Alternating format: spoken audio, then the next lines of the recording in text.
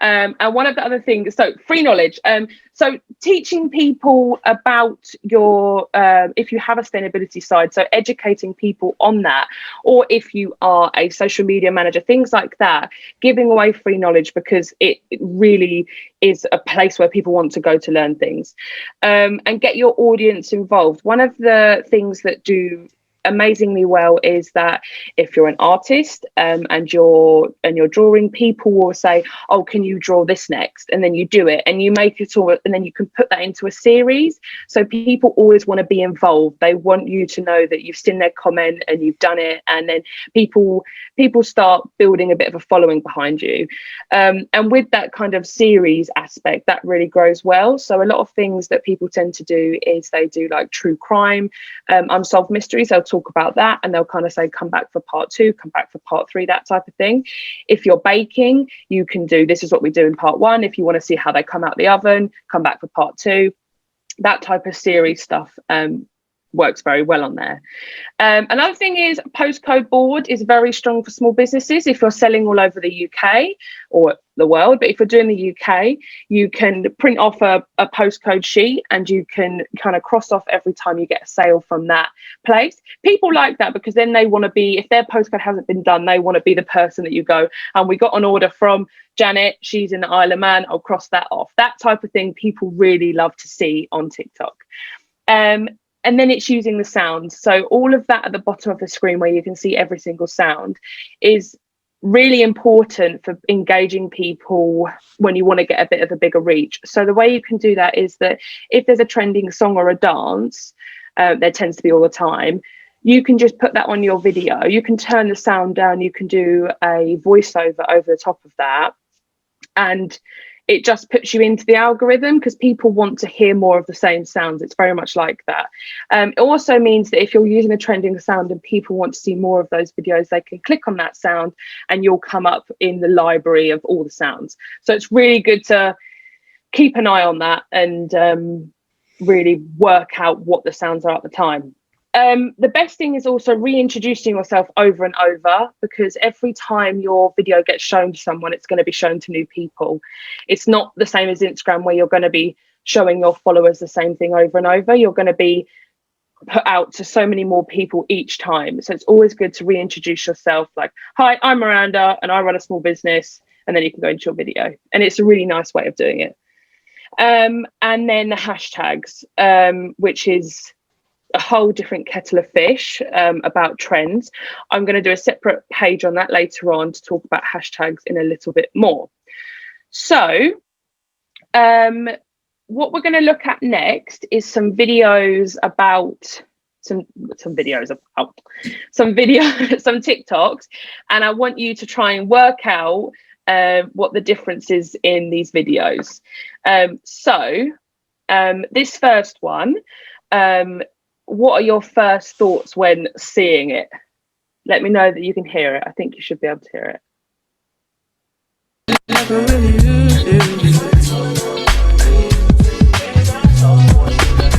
With fame, everybody know my name when I come through. Don't nobody screaming like you.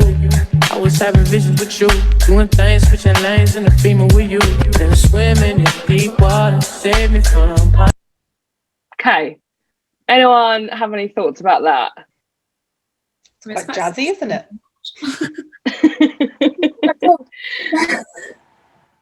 So this is a lip gloss brand. They're called Pink Salad London. They have been on TikTok probably since 2018, 2019. I started following them back in 2019, and they had no more than about 7,000 followers, and now they've got 2 million. What they really realized is that mixing video is a part of their process. They're doing that every day, but they realize that people really love that satisfying mix. So nearly all of their videos are doing that, like guess the color, what color should we do? It was just a girl from London who wanted to make lip gloss. She made it in her house, and now she has a full-blown factory. I've bought her products. It's a really amazing kind of small business story that you can kind of get that reach on. And she's used a trending song at the time to get more people, wanting to watch it because they want to hear it. Now, the next one's a little bit different. This is from a social media manager. I'm the hottest, you ain't never gotta heat me up. I'm present when I'm absent, speaking when I'm not there. Call them bitches scary cats, I call them Carol Baskins. Body yaddy yaddy yaddy yaddy yaddy yaddy yaddy yaddy yaddy yaddy yaddy yaddy yaddy yaddy. Body yaddy yaddy yaddy yaddy yaddy. So what she's done here is she's given away some free education. So a lot of people on TikTok want to start a business because it's a really amazing place to grow it. And she's just doing some pointing, super simple, you know, nice and clear. She's in the middle of the frame and she's just dancing to a song at the time, which was like a dance routine to the song. So you did a certain dance with this song, and she's used that song because it's in the algorithm, and she's just showing people what she does for a living to gain a bit more followers. The next one is a really good example of this gentleman's business, and he's just showing you what he does. It's nothing special, but it's a fantastic video to watch.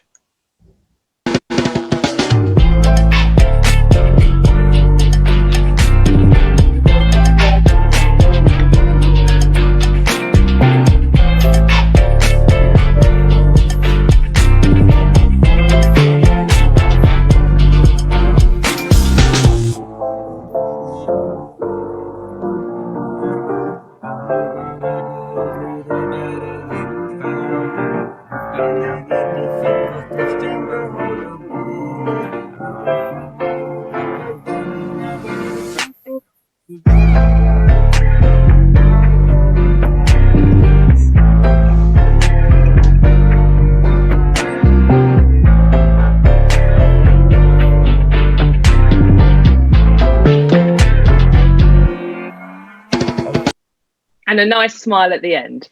So that's a really good example that if there's something you do in your job anyway, like the lip gloss one, if it's decorating a cake or if it's finishing off an order or anything like that, it's really good because it's quick, it's easy, and you're already doing it. So it's just, you know, as long as it's well, you know, you're lit up and it's in the right angle. This is a different one. These are super popular about business journeys. This woman is telling us about how she started her business. Really lovely thing to do because I think it gives you that re-inspiration of you going through it for your business, and it also just really showcases what it's like to be a small business. Here's how I started my small business during a global pandemic. I had this understanding that Google and small business TikTok were going to be my best friends, so I utilized this throughout the whole process. I started off with $8K, $1,200 came from my stimulus check, and I registered as an LLC through Inc. Authority. I had my friend create my logo. I ended up going with the one in the middle. I searched for weeks and weeks and weeks for a vendor on Alibaba and ordered samples, and then I cried and cried and cried and turned to God for all the answers that I needed for my business. And then it was time to have the brand photo shoot. Once I got the images, I sent it over to my web designer who created bondandseek.com and ordered packaging and shipping supplies. And after that, ordered the bulk order, which I was so excited about, stocked up the inventory, and launched pre-orders on September 4th. If you needed any motivation to start your small business, I hope this was it. So really nice, you feel good, you want to have a look at more what she done and kind of follow that journey. And then the next one is a very funny trend that was going around about what people think I do versus what I actually do. There's a bit of humor behind it, but you can also show off your talent. This is what people think when I say I'm a fashion designer.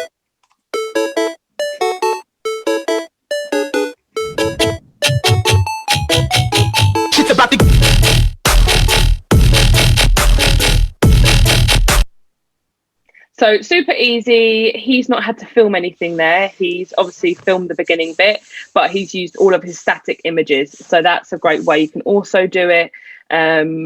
Easy content people were kind of brought in. This is actually a friend of mine's business that I randomly came across on TikTok, which is another one of showing the business journey. Hi guys, I was recently made redundant while on maternity leave, so I decided to do something I've always wanted to do and open my own baby clothing company. I worked with a designer to work on the branding and logo, and in the meantime I found a supplier that could give me beautiful clothes like this, and this. I worked on getting the website up and running, which is on Shopify, and then looked at packaging options as well, which included this beautiful wax stamp and wax melts. I'm really pleased with how it all came out, so wish me luck, fingers crossed.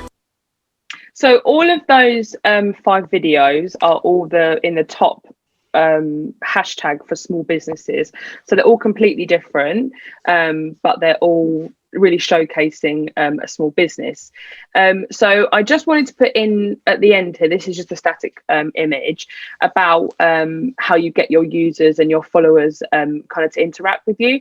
So this person's commented, please do a video, because I'm assuming they want to know how the icing is done. So you take that comment and you can reply with a video, and it just gives people that sense there's someone behind it. It's a really nice way to do it, and you're going to get quite like nice engagement from that. So those are all the demos to give you a little bit of inspo about how you can kind of do things pretty easily, and how you can do that with these features. So I'm just going to run through the different features and kind of what they are. So the sounds page is one of the most important thing, because every video on TikTok has to have a sound, unless obviously the user is maybe hard of hearing, or it's a silent video, but that's quite rare. So obviously you have to remember which sound you're using. On this page, you've got your discover, so that's you can see the new music that's out, any new songs, and then you've got your favorites. So whenever you're on a video, you can save a song or save a sound that you think, I want to come back and make a video of that later.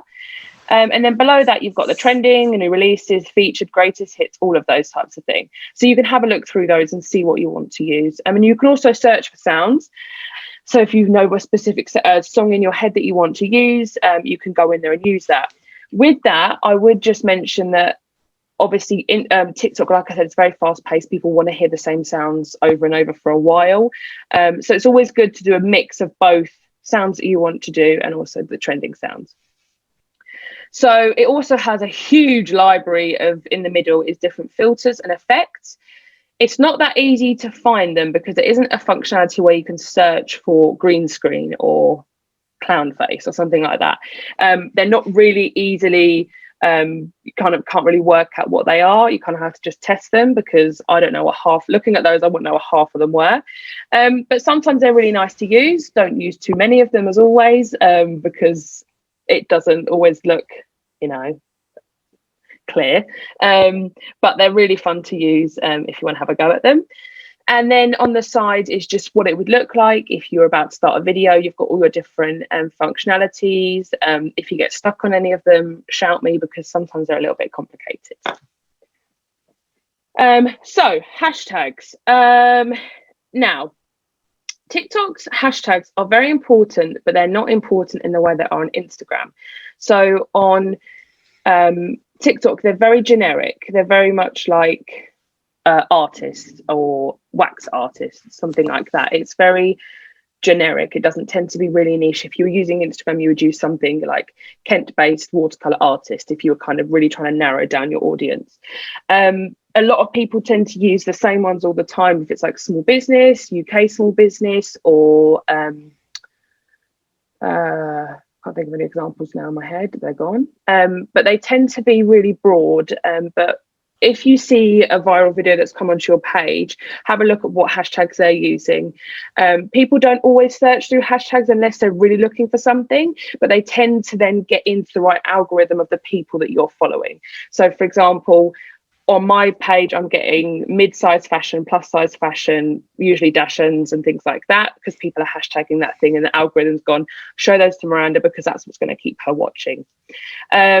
Also with the challenges, for example, if you have seen the bust down challenge, which is where you look not your best and then you look your best, you can hashtag the challenges you're doing. If you're doing them for a business, the same thing, put them in there because people will then want to see all the same videos. And then you've got the trending page, which tends to be big businesses that will be doing a competition. So if you make a dance to this song, we'll give you a gift card or something like that. So you can find the trending hashtags on your home. If you go on Discover, you can see all of the top hashtags that are being used. It's always good to chuck a few of them as well, because it just kind of gets you in the mix of everything. So where to start? The first thing that is obviously market research is your demographic on TikTok. You kind of have to work out, are the people that are shopping for your products, or are the people who might be interested in your brand, on Instagram. It's quite easy to do that. You can have a look, type in the hashtags that kind of support your business, see if people are on there, and just work out who they are. I would say if you're not already on it, study it and spend time understanding the app and see what you like and you don't like, because it is such an amazing app, but it is very clever in the way that it works. So spend a couple of hours and let the algorithm know what you're into, like which videos that you like. If you don't, you can hold down the screen and you can say, I'm not interested in this, and it will get it out of your algorithm. So spend some time actually having a go and looking at the trends and things like that. You can have a business or creator account. It's good to have a business account. You can just go into your account, switch to business account, and it's all on there. On your account, everyone gets this creator portal, which have tons of guides on how to make the most out of your account. You've got getting started using filters, all of those types of things. So if you get a bit stuck, have a look on there. They're brilliant. You just have to go to the bottom of your account and it's down there. This platform strives on authenticity. It loves real people. It loves real situations, and it doesn't want the airy fairy stuff that tends to kind of happen on other apps. They just like seeing a camera with what's in front of them. I'll put my light on. And check out what other businesses and competitors are doing. When I first joined, there wasn't a huge number of other fashion, not that I'm not like that, but big brands, high street brands that were on there. Pretty Little Thing was probably the only business that was on there, and they've really understood how the app works, how their users are using the app, and they've managed to grow a huge following on there. So have a look. If you know some of your competitors, have a look, see what they're doing and see kind of what's working for them, and get inspired. So if you want to have a go and you think to do it, like, just have a go. I think there's so much on there. There's so much rich energy and education to be had on there. So yeah, just get inspired and have a go on it. And that's the end.